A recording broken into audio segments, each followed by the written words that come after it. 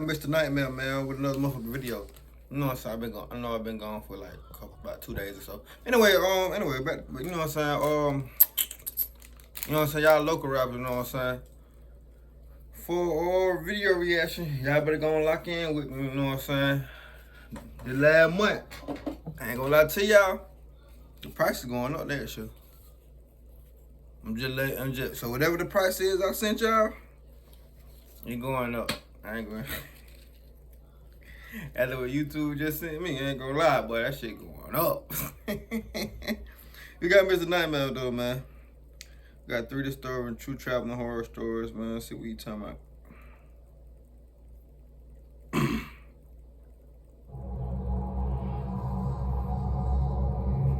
Man, shit. Gotta get my money back. I'm a big solo traveler. My friends are usually too busy or can't afford to constantly fly to a million different places, so I do a lot of it myself. Shit. I flew to San Diego for my first time alone. I've been to most of the major cities in California, except for San Diego, so I wanted to check it off my bucket list. I stayed in a decent hotel, very close to downtown. As I checked in, I met a guy a little older than me in the lobby. He struck up a conversation with me about where I was from, how long I'd be here for, and if I'd ever been here. It was apparently his second time here, and he was also alone. He offered to take my bags to my room for me, since he was going upstairs anyway. I accepted his offer, appreciating his kind gesture. He carried my bags to the elevator, and we went to the second floor to my room. He set my bags down outside my door and said it was great meeting me and to enjoy my stay here. I thanked him again, and he left down the hall. I let myself into the room, set my bags on the bed, and laid down for a bit just to get a quick nap in. When I felt refreshed, I went back down to the lobby and was about to head outside when the lady working the front desk called me over. She asked what that man did when we went upstairs, and I told her he just helped me with my bags to my room. She then warned me that that man had been standing outside the hotel for a while, and she noticed him come in moments after I came inside. She told me that she was fairly certain he wasn't staying in the hotel, and if I see him again, I should stay away from him. This was of course very unsettling. I hope she was wrong and he was actually just a nice person, but to be safe, I would listen to her. Stop. I hate when folks do that shit. Listen to folks when they tell you some shit like that. I went out and explored and had myself a day. I came back a few hours later to change into different clothes for dinner. There was a different person working the front desk now. In the hotel room, I showered quickly, then changed into different clothes and laid down for another quick power nap. During this time, there was a knock at the door to my room, followed by a quiet male's voice saying housekeeping. I didn't order housekeeping, and it was my first day there. Maybe they had the wrong room. Do that. I went to check the people at the door, and I didn't see anyone in the hall. You say, give me some pussy. That was beyond strange. I'm just playing, yeah. Then, immediately, that man from earlier came into my head. What if it was him? I ignored the knocks and went to my phone to call the front desk and asked them if they had sent housekeeping to my room. And of course, they said no. So I asked for someone to be sent to my room for my own safety. And 5 minutes later, a hotel maid knocked on the door. I opened it and explained politely the situation to her and thanked her for coming. I then left the hotel to go to dinner. After dinner, I did a city lights night tour and explored some of the happening areas of the city at night. I got back to the hotel room around 10. I went up to the front desk worker and then explained what happened earlier, with the man I met who I feared may have been pretending to be room service to get into my room. I then asked her if she had seen anyone of his description walking around the lobby, and she said no. And to make me feel better, she checked the live surveillance camera of my floor, and no one was in the halls. I thanked her and went upstairs to my floor and then to my room. I changed out of my clothes and laid in bed and put on the TV so I could fall asleep to something. Within the hour, I was drifting into a sleep. What I was hearing from the TV was kind of turning into a dream in my half-asleep state. So when I heard a door closing, it became part of my dream. I didn't actually wake up until... What do you mean by that? Floor and then to my room. I changed out of my clothes and laid in bed and put on the TV so I could fall asleep to something. Within the hour, I was drifting into a sleep. What I was hearing from the TV was kind of turning into a dream in my half-asleep state. So when I heard a door closing, it became part of my dream. I didn't actually wake up until I felt the mattress start shifting as something was putting weight on the other side. I looked over my shoulder to the other side of the bed, and I saw a man in a black COVID mask and baseball hat getting onto the bed, reaching for me. He grabbed me, trying to cover my mouth so I couldn't scream, and I managed to fight him off for long enough to scream bloody murder. How the fuck you go to sleep and you think somebody slamming the doors in your sleep? Some of these people be having some crazy ass story, or Mr. Nightmare and Mr. Baller be telling me. He continued to try to cover my mouth, but I kept struggling and resisting just long enough for someone to start knocking on the door. I screamed help, and by this point, surely the man knew this wasn't going to go his way anymore. He let go of me and opened the door and shoved the woman who was knocking to the floor. Damn! And she saw him run down the hall to the stairs. The woman came in to make sure I was okay, as I was in complete shock, followed by me personally, tears. I never took that laptop. Others from neighboring rooms came to see what the commotion was about. Hotel staff came as well, and the police were called. Based on the hotel video footage, the man somehow acquired a master key which allowed him to access my room. The mask and hat hid his identity. Lawsuit. Lawsuit. Lawsuit. I strongly believe it to be the man who helped me with my bags the first day. Strongly believe, man. I believe he wanted to find out what room I was in to later come back to. It's scary to think he may have done this successfully to somebody else. I tried my best to enjoy the rest of my trip, even though I went through something that will likely stay with me for the rest of my life.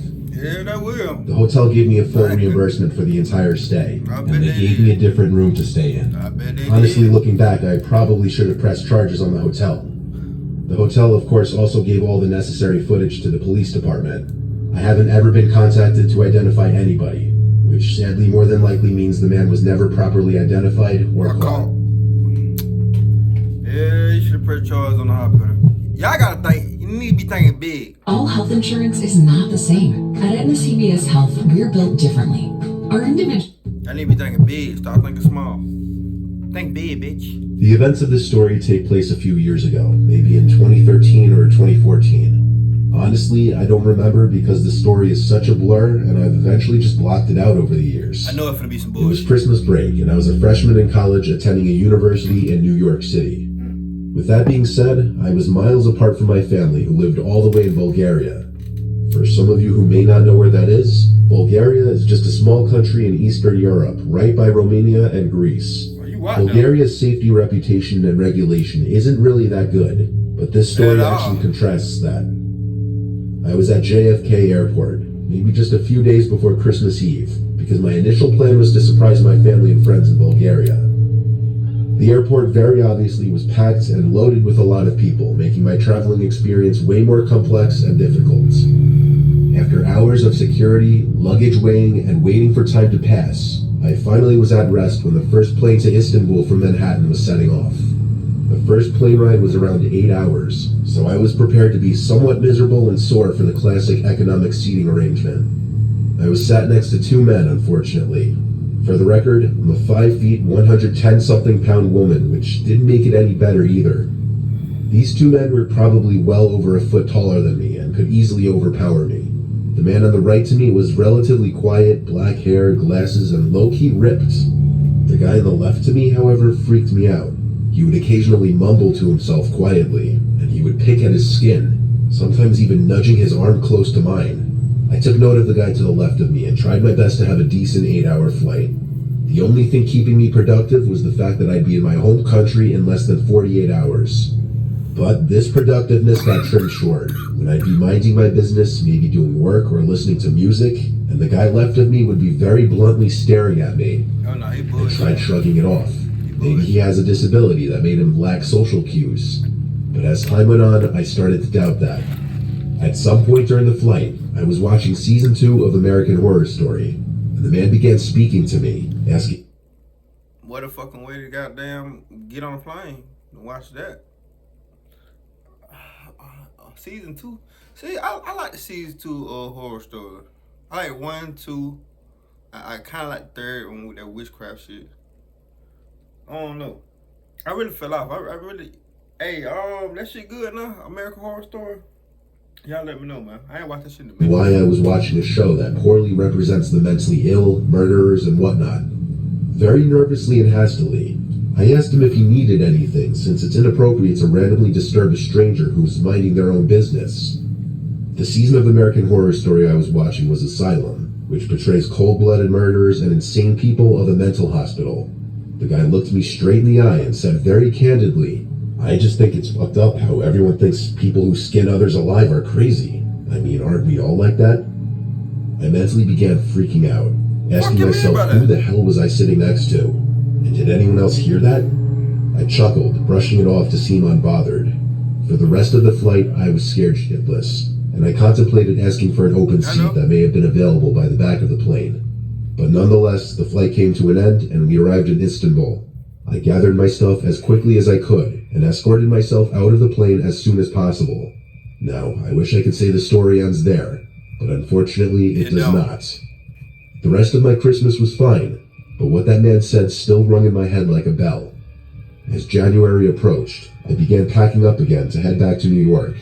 I was sorting out my tote bag and throwing out any old trash I may have stuffed in there from traveling, when I came across a disgusting note that must have been slipped in there when I was sleeping. It read the following: "I wish I could see what you look like under your skin. I really wish I took a picture of it as evidence, because only a month later into February, there was a news article that my younger sister sent to me that basically talked about the same exact man from my plane ride being sent to jail for multiple accounts of rape, attempted rape, kidnapping, attempted kidnapping, and first-degree murder in Istanbul." Reading that article made me sick to my stomach, and honestly, that whole experience drove me to just stay home for the holidays for a few years. Damn. She dodged the bullet down. God damn. Meet Jared, a recent graduate. There's never been a better time to obtain your high school equivalent. Fuck Daryl. In the winter of 2018, to escape the cold weather, my girlfriend Claire and I took a week off from our jobs to go away to a nice beach resort in Mexico, where the water was crystal blue and the weather was perfect. The resort was extremely affordable for a 7-day all-inclusive package. It had a buffet, 3 pools, was on the beach, had 1 million bars, an entertainment hall, and tons of group excursions. Damn, I wanna go there. We were going to be there for a whole week, so we had a lot planned. The first couple days we relaxed around the resort, getting use out of the unlimited drinks package. The surrounding area of the resort was a lot of jungle and scenic looking roads, so we took a private shuttle on the 3rd day to the nearest car rental place. The shuttle driver warned us not to stray too far from the coast, as there are a lot of unsafe areas.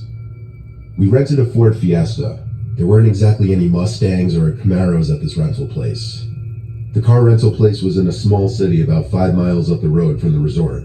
There was basically this one long road that ran along a bunch of resorts, and next to this road was miles of jungle and occasional small towns. We drove south on the road until we ended up in Tulum. Have y'all ever seen the fucking resort, nigga? No, that ain't called that. Well, it is a movie called that, I think, something like that, when they go out of town and some shit like that, and then some shit happen. I'm thinking about the old, I think it called The Old, came out this year, when they went on the island, and every time the goddamn camera get away from them, they get older and older and older until they die. That's what I'm thinking about. The city of Tulum was less appealing than I had imagined, considering a lot of my friends were always talking about wanting to go there. We drove through the Tulum area and then back up north. We found a dirt road into a jungle area, and decided to just drive through it and see where it goes. On either side of us was just jungle, probably for miles.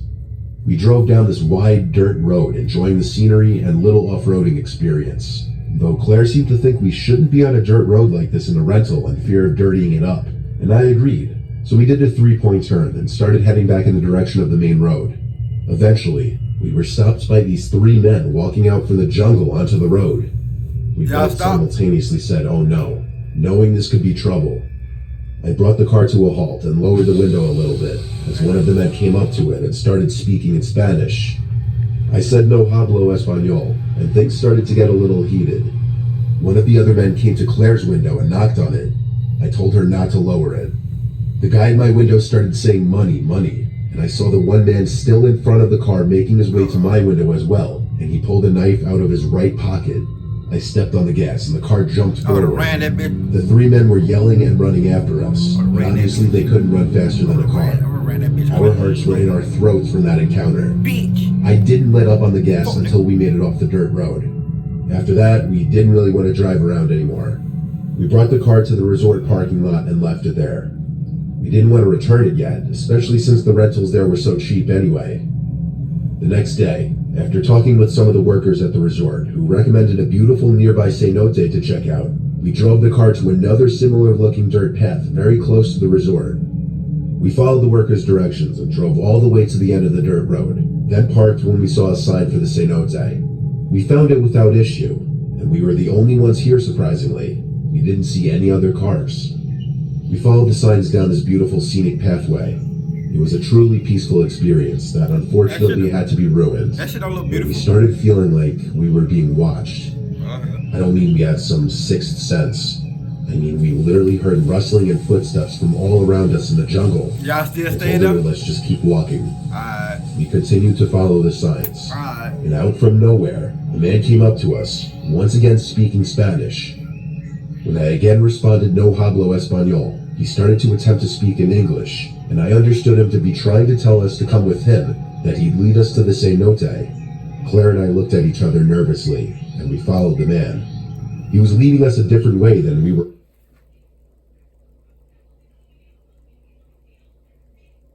Whatever happened to them, it need to happen. Cause why the fuck is you following a random man? Whatever happened to him need to happen. From this point, I don't know what's gonna happen, but whatever happened to him need to happen.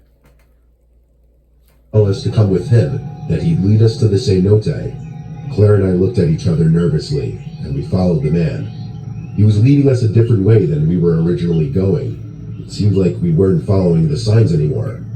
Claire tapped me on the shoulder and then pointed at the man's back pocket. There was the handle of a large knife in his back pocket. I whispered to her to run, and then pushed her to start running, and I followed close behind. The man noticed and started running after us, but thank the Lord he was slow. We were easily outrunning him. We made it back to the car, and at first I thought he'd stop chasing us, but as soon as we got in the car, 3 people emerged from the path we just came from and tried opening the car doors. They then started hitting the glass, trying to break the windows open. Before any of them could actually break the windows, we were already moving. Claire was crying. Hell, I wanted to cry too. 2 days in a row of this. We officially hated this place. We brought the car back to the rental shop, and luckily there weren't any dents or anything from being pounded on, just some dirt stains. We shuttled back to the resort from there, and we didn't leave the resort again until we left days later for the airport. We warned the resort staff about the attack so they could warn the guests. We haven't returned to Mexico since, but I'm honestly not sure if we ever will. Even in what was supposed to be a safer area by the resorts, 2 days in a row we barely escaped being robbed and attacked. Damn, that was crazy. That second one, I don't know why the fuck they would even follow a random stranger. Cause he could have just really just killed them right now. But anyway, another Mr. Baller video, man. That being said, give me a thumbs up, like, and subscribe. See y'all motherfuckers on that video. Hit my social media for more requested videos. That being said, that's right, nigga.